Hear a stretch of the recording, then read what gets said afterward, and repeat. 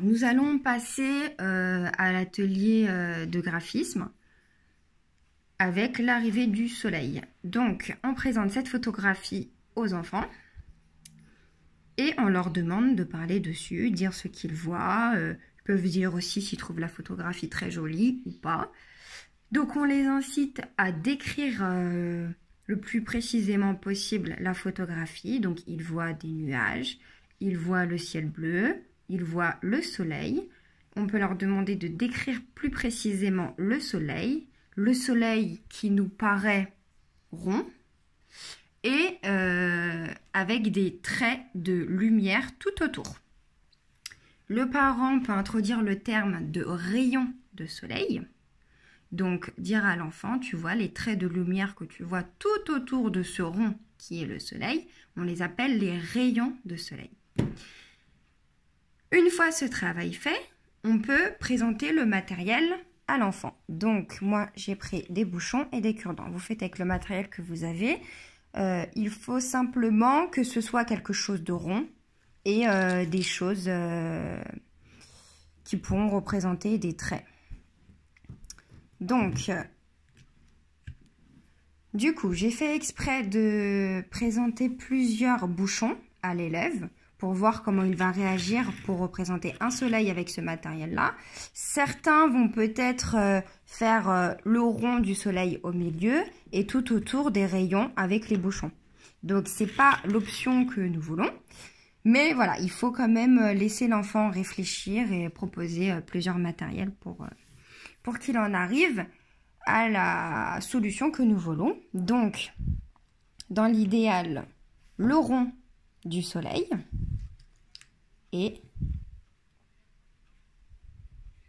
les rayons du soleil tout autour.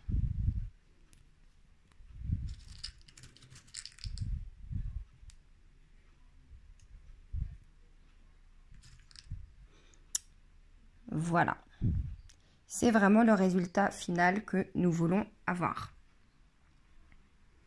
Donc, on peut reprendre avec l'enfant, regarder, comparer les deux, la production de l'enfant et la photo.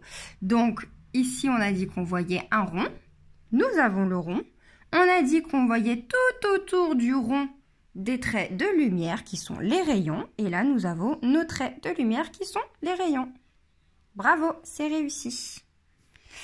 Et maintenant que tout ça a été très bien réalisé, je vais prendre ma farine. Ma farine et toujours garder mes petits bouchons. Je prends la farine. Je place en tant qu'adulte moi-même les bouchons.